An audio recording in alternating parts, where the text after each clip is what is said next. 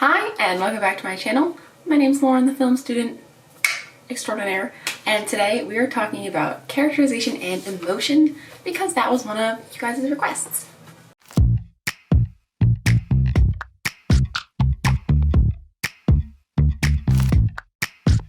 I was kissing you with my eyes open. So if you didn't catch from the film student extraordinaire part, I am a film student. I'm a junior and I feel semi-qualified to talk about this. Just like in my last video about film structure, I'm going to be getting pretty much most of the material I'm talking about from the incredible book that I don't know where it is. Oh, here it is. Sorry, it's literally right behind me. Writing Short Films by Linda Cowgill. I don't want to claim credit for these ideas, just because in my screenwriting class we've been going through that book and it was just the most recent really good notes I had.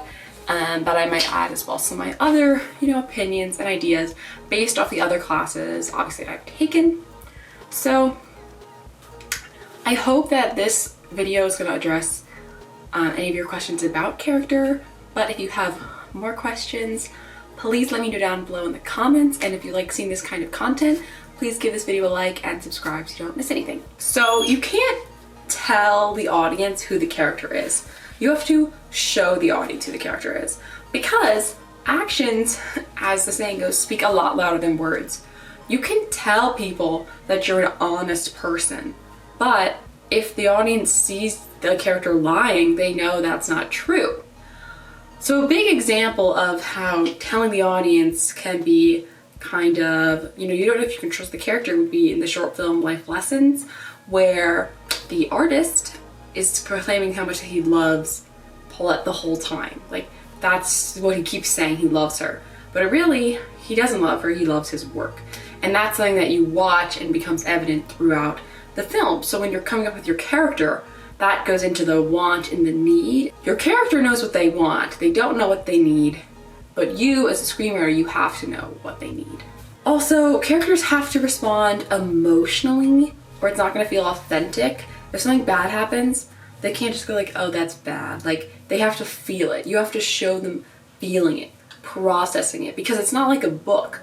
The audience can't see right into your character's head unless they're doing some kind of narration, which is possible, but it's not necessarily so common, and you can't rely on that to get the point across and tell the character's journey. But now that we've kind of gone across those quick things to just realize how important character is, because remember, characters react emotionally and emotion is the whole story. You might think the plot, is the story, but we don't care about that plot unless there's emotion behind it, unless we're gripped in, unless we care about the results. If there's a battle going on and we don't care about the two sides, then we're not invested. We don't care who wins, we don't care who loses.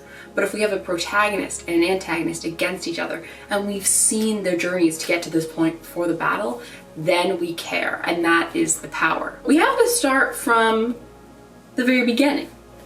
And for some people, it actually helps to know, the first thing to know is, what does your character fear? Because if you can figure out what your character fears, then you immediately are inside their head. And you might think that if you're writing a story, you already know everything about your characters when you start. But that is not true. Not true at all. You discover so much about your characters along the way as you write the story. But you have to start from somewhere, and you should have a good basis. So some recommend starting with what you fear. Otherwise, there's the key questions, which I already kind of addressed, but these are the three important questions. What does the character want? Why does he want it, or she? And what does he need, or she need? And just remember, the wants and needs are different. So maybe your character says that they want a big job because they want to make a lot of money, but really they need validation, and they can get that validation maybe not through this big job, but maybe through volunteering. So that's something that you kind of discover about your character. Now, the needs are often unconscious, which is fine, but the key thing is that a need gives your character dimension, because they are more than just their superficial surface level wants. Then again, the want can be a strong thing. A want can drive the story, but if the want doesn't, then the need has to. So you just have to keep in mind these two balances, and it could be a situation where the want is the main thing up until the very end, because a lot of times you'll see a story where someone gets what they want but not what they need, and then that's kind of like, oh, wow. Or like maybe, I'm not sure, maybe this is a little too old already, but with Percy Jackson, in the first book, you know, he's kind of told, you'll succeed on your quest, but you'll fail to save what matters most. And at the beginning, you're like, well, how can he succeed and fail? But he succeeds in, I don't want to spoil it, but basically, he does succeed in one part, and he also fails. And it's that moment where you realize he had what he wanted, but not what he needed. And that's like the how. Oh yeah, as far as needs go, you may have to really like dig deep down in your character for the need, but that is okay. And that's totally cool. And once you have these kind of set points, you can dive really deep into your character. Because remember, characters need a history. Unless they were just born when your story begins, then they've lived a life that doesn't just start when the movie starts. They've been living, and they are going to keep living unless they die in your film after the film ends. So that's something to keep in mind. You need a backstory, and they have traits. They have quirks. Like, one of my, I guess, quirks you could say, after I got locked in a bathroom, if possible, I don't actually lock the door, but I put something in front of the door so it can't open, or I move a drawer or something. That's like a weird thing. And while that may not be relevant in your film, I'd say that's a weird quirk of mine or something. So we all have these things, and by giving your characters these things, it makes them real. Whereas as far as traits go, don't just for example, if you make a sim, there's a lot of stuff in there. Like, they have the big overall goal, they have sub goals, and they have traits. I would say you want to go a bit deeper than ambitious, bookworm, creative, but that's a good starting point. And then you can think, well, what formed the character to become this way? Because you need to know these things about your character to make them real. And you can draw from your own life. What I really love to do is draw from different people. As the writer, you have all this power. You can create these characters out of nothing. So you don't need to just copy somebody, but you can pick the best things or the things you like the most about different people and smush them all together into your character or your characters. And that's a great way. If you draw from your own life, that's not being unoriginal. In fact, it's enriching your story, because great stories all stem from this kernel of truth that you get to grow and add in spice and drama to make it this gorgeous masterpiece. And you have all of that power within you. So that's why, if you're interested in really understanding character and people, you really kind of need to spy and eavesdrop. I've had assignments where we just have to sit somewhere for 2 hours and we need to write observations about different people's actions, or we need to eavesdrop on people and write down their dialogue, because you have to understand how real people move and how real people talk. And of course, people talk in different ways. So depending on what story you're writing, maybe you need to go observe or eavesdrop on different places, because you want to make sure you're writing an authentic story. Now, if you're writing a fantasy novel, then it's a little more, or film, it's a little more up to you, because there isn't a place like that. But if you're writing a story that takes place in a doctor's office, you should make sure you know the functions of a doctor's office and what are the common things that people will talk about and do while they're waiting for their doctor, for example.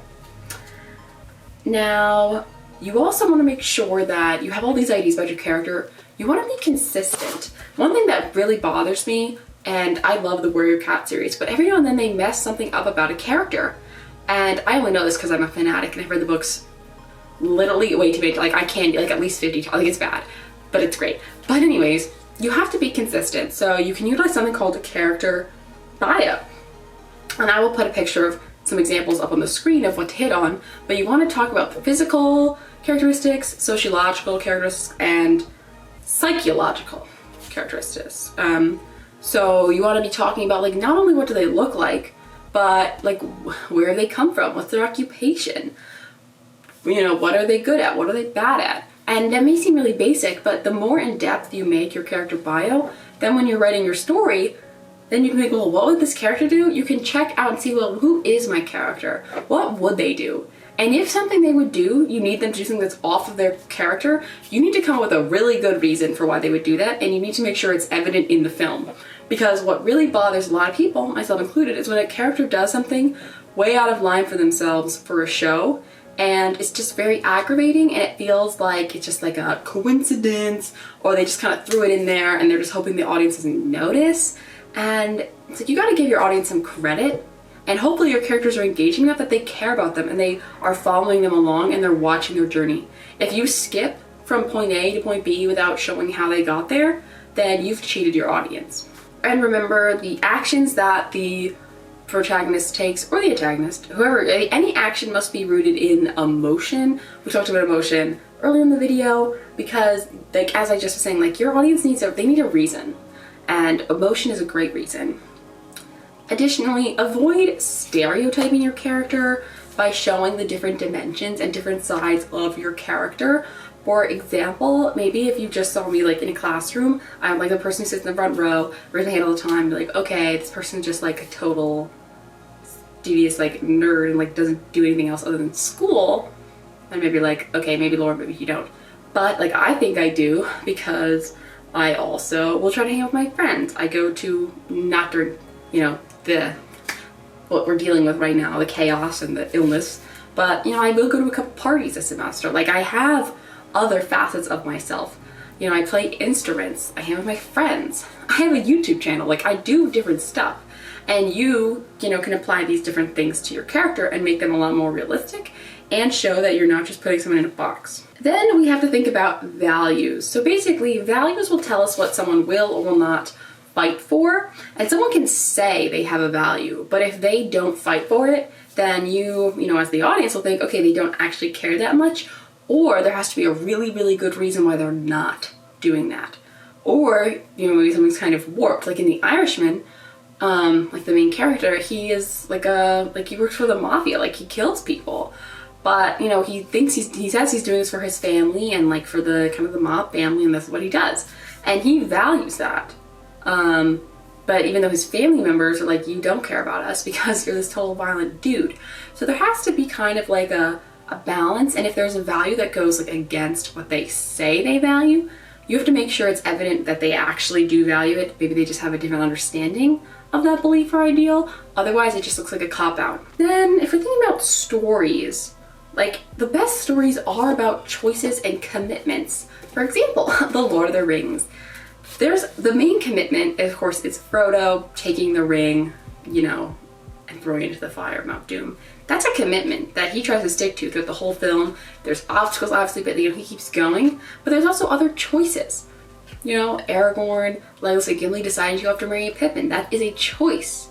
When, you know, Aragorn decides that he's gonna fight for these people. Like, these are all choices.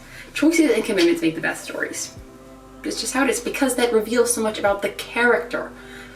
Because you make a choice, you see, like, why do they do this? If they stick to their commitments, that shows something about the character, which is powerful, because characters make up stories. Even in a plot-driven film like Lord of the Rings, where the goal is to get the ring, you know, into the fire, the characters have to be strong. Then, of course, you know, key character traits are worked into the plot, and that kind of comes through with the conflict, the obstacles, the commitments, everything like that, the choices, because this is when you see who someone is.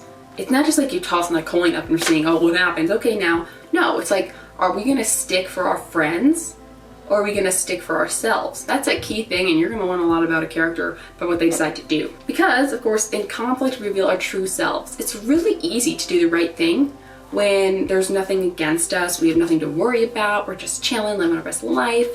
But when things get more complicated, all of a sudden, you know, you realize, do I actually like want to do this? And you have to make these decisions. Like, maybe you're wounded and you could hide, or you could save your friend, or do your best to save your friend. If you choose to save your friend, that's the conflict that's revealing yourself. And I'm sorry if this is repetitive, it just really needs to hammer in about character and the importance of understanding your character so completely that you can make these choices for them, because as the screenwriter, you are making these choices for them. But you have to realize that you have to hold true to your character. You don't want to let them down, because if you let them down, you're actually letting your own story down. And then no one wants to watch your movie. Additionally, a key thing to recall is that Conflict could be situations where you have to make difficult choices, and these choices should be framed in terms of morality, but not moral absolutes. A gray area is the power in a film. If things are just black and white, then if your character chooses the wrong thing, then, you know, you don't want us to suddenly hate them. We have to understand maybe why they did that. Like maybe someone chooses to tell the bad guys where their friends are hiding, and at first like, oh my god, this is horrible, but then you realize that the bad guys have that person's family like held hostage, and the only reason that he can free them is to tell on his friends. And while you may still not agree or disagree, the point is there's a gray area, and that is where you really can kind of see how does your character react to these gray areas, how far are they willing to go on one side or the other.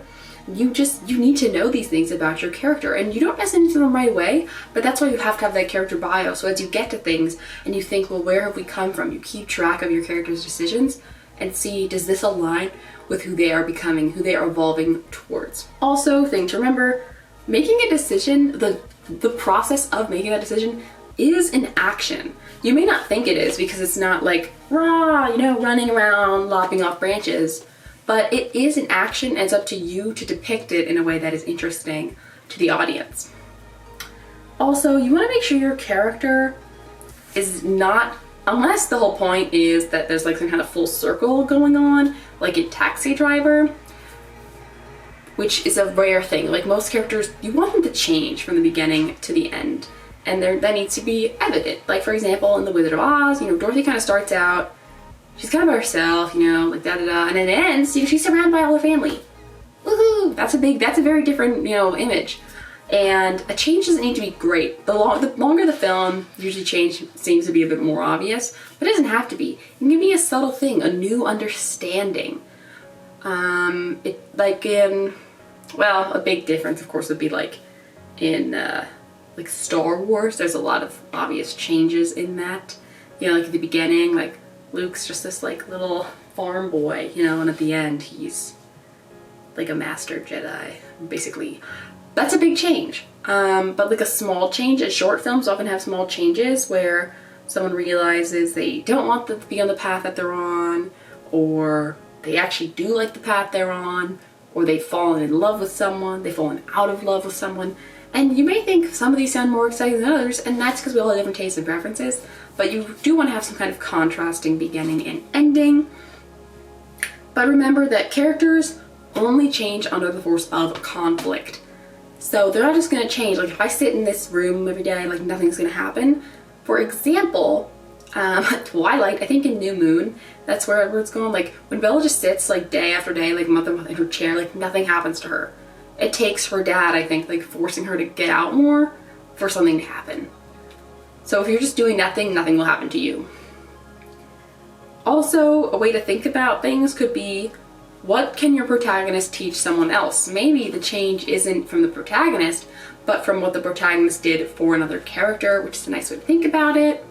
There is also thinking about what makes your character unique and what makes them universal, because the specific is the universal, if that makes sense. If someone's just like, they love their family, that's very generic and not really actually that relatable, because like, okay, like we all love our families. But if someone, you know, puts aside their homework or their work to like go be with someone in a hard time, we all are like, oh wow, like I've done that, you know, maybe not specifically, but like I've stayed up late talking to somebody, and even if it's not the same situation, that's something we can actually identify with and relate to a lot more than just like a generic we love the family type thing. And then just one thing to remember before we wrap up this video, because I don't want it to be too long, is that we've talked a lot about like the main character, like your protagonist, but the antagonist needs to be also a well-developed person, a well-developed entity. Like in a Disney movie, like a lot of them aren't, and that's like not really the best example, even though I do love Disney. But if you think about like more, I don't know, dramatic films, I mean, a whole thing with like, let's go back to Star Wars, like Darth Vader, like, okay, no, we don't like you, and then sort of things come to light, and then they have the whole like prequel series, which has a lot of different controversial opinions, but they're trying to show this character, but they just need to be committed, because if your protagonist is really committed to getting their goal, but the antagonist isn't, then it's obvious that the protagonist is going to win because they care more. The audience needs to be kind of left in suspense. And additionally, it is not your job as a screenwriter to vilify your villain. It is the audience's job. So you have to believe in this character as well. You have to understand where they're coming from. You have to give them hopes and dreams as well. Even if they're, you may objectively see them as, that's really bad. Like, I'm obviously making this person to be the bad guy, but you still need to believe in them because that's what makes it real.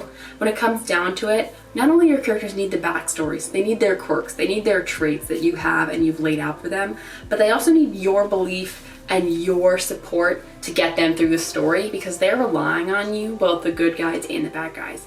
And that really wraps up this video. So if you liked it, again, please like it and comment down below any questions, comments you have. And of course, don't forget to subscribe and hit the bell so you don't miss any of my future videos because I have been trying my very best to upload twice a week, and I will see you next time. Bye.